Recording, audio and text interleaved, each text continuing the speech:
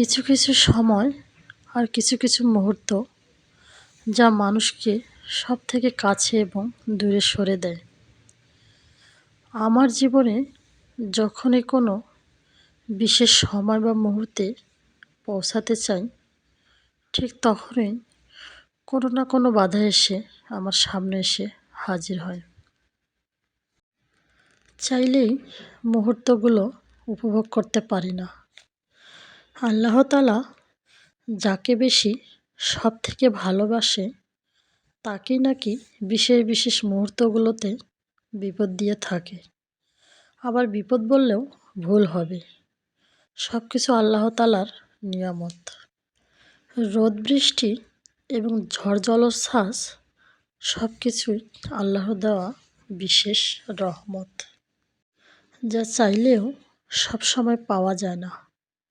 গত কয়েকদিন ধরে এতটা রোদ আর মানুষ বৃষ্টির জন্য এত দোয়া মাহফিল করতেছে, তবুও কোনো বৃষ্টি হচ্ছে না। আসসালামু আলাইকুম। আপনারা সবাই কেমন আছেন?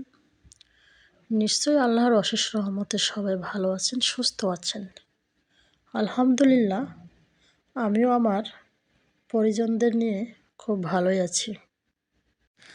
কাছে এবং দূরে, দেশ এবং দেশের বাইরে থেকে যে যেখান থেকে আমার ভিডিওটি দেখছেন, অবশ্যই লাইক দিয়ে ভিডিওটি দেখার অনুরোধ রইল।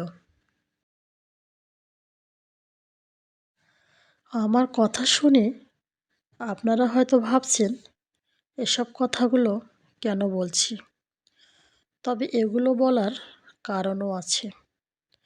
৫/৫/২০২০ এই তারিখটা আমার জীবনে সবচেয়ে স্মরণীয় একটা দিন। এই দিনে আমরা দুটি হাত এক করে জীবনটা শুরু করেছি। তবে সেসব সময়ে সব কিছু বিপদ কাটিয়ে এতদূর এগোতে পেরেছি।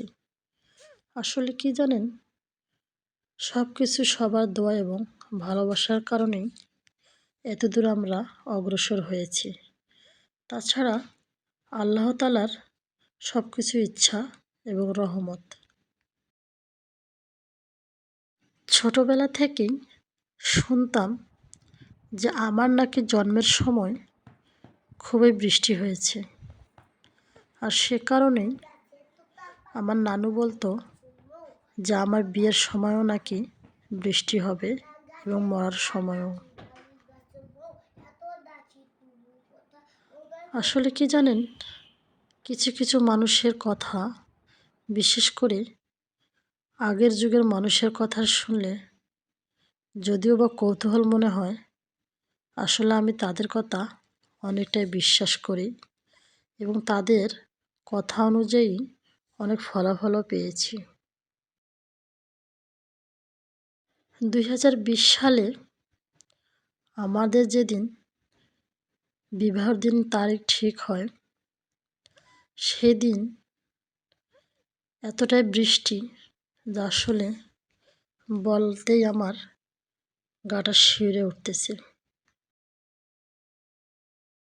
শুধু বৃষ্টিই নয়, তার সাথে আপনাদের হয়তো মনে আছে ফণী ঘূর্ণিঝড়। সারা বাংলাদেশে যখন ঘূর্ণিঝড়ের কারণে দেশের পরিস্থিতি ভয়াবহ এবং সারা বাংলাদেশে যখন মাইকিং করে বেড়াচ্ছিল যে আপনারা সবাই সাবধান থাকেন, ঠিক ওই দিনে বা ওই সময়ে আমার বিবাহের দিন ঠিক হয়েছিল। এত কিছু আয়োজনের পর দেখা গেল যে আসলে প্রকৃতির নিয়মকে টেক্কা দেওয়া মুশকিল হয়ে পড়েছে। ঠিক তখনই সব কিছু আয়োজন ক্যান্সেল করে সবাই চিন্তার মধ্যে পড়েছিল যে আসলে কি করা যায়। আসলে কি জানেন, প্রকৃতির নিয়মকে মানতে কষ্ট হলেও আসলে তা মানতেই হয়। আমার জীবনে স্টুডেন্ট লাইফে শুধু একবারই বার্থডে সেলিব্রেট করেছিলাম। আর সেই দিন রাত থেকে এতটাই বৃষ্টি যা আসলে গোটা শহর বন্যায় প্লাবিত হয়েছে এবং আমার মেসের একদম ধার দিয়ে এতটা পানি জমছিল যা আসলে হাঁটা চলা ফেরা করা মুশকিল হয়ে পড়ছিল। ঠিক ওই দিনেই আমার নানুর কথাগুলো খুবই মনে পড়ছিল। তারপর দেখা গেল যে আমার বিয়ের সময়ও ওই রকমই ফণী ঘূর্ণিঝড় এবং ঘূর্ণিঝড় জলোচ্ছ্বাসের কারণে সবাই আতঙ্কিত এবং ভয়াবহ পরিস্থিতির মধ্যে সবার জীবন কাটানো খুবই মুশকিল। আর সেই মুহূর্তে আমারও আসলে দিনগুলো মনে পড়লে খুবই খারাপ লাগে। যাই হোক, নানা ব্যস্ততার মাঝেও আমার বিবাহর দিন তারিখ সব কিছু ওই দিনে ঠিকঠাকভাবেই চলছিল এবং আল্লাহর নিয়ম অনুযায়ী সব কিছু পার হয়েছে। ঠিক আজকেও সকাল থেকে ভাবছি যে এতটা রোদ, বৃষ্টি মনে হয় হবেও না। তাই সকাল থেকে যেহেতু আমাদের আজকে অ্যানিভার্সারি, দেখতে দেখতে 5টি বছর অতিক্রম করলাম, সে অনুযায়ী সকাল থেকে একটু টুকটাক রান্নাবান্না করছিলাম। আর ভাবছিলাম যে দুপুরে খাওয়া দাওয়া করে একটু বাহিরে ঘুরতে যাব। আর সারাদিন যেহেতু আবহাওয়াটা ভালোই চলছিল, আর সেই হিসেবে আমার মনটাও ভালো হয়েছিল। আর অতিরিক্ত রোদ এবং গরমের কারণে বাচ্চাকে একটু আইসক্রিমও দিলাম এবং নিজেও পরিবেশন করলাম, যাতে করে নিজেদের মধ্যে একটা ক্লান্তটা দূর হয়ে যায়। আসলে শুধু তাই নয়, এসব দিনগুলোতে যখনই আমি আনন্দ উপভোগ করতে যাই, ঠিক তখনই আমার এরকম পরিস্থিতি চলে আসে।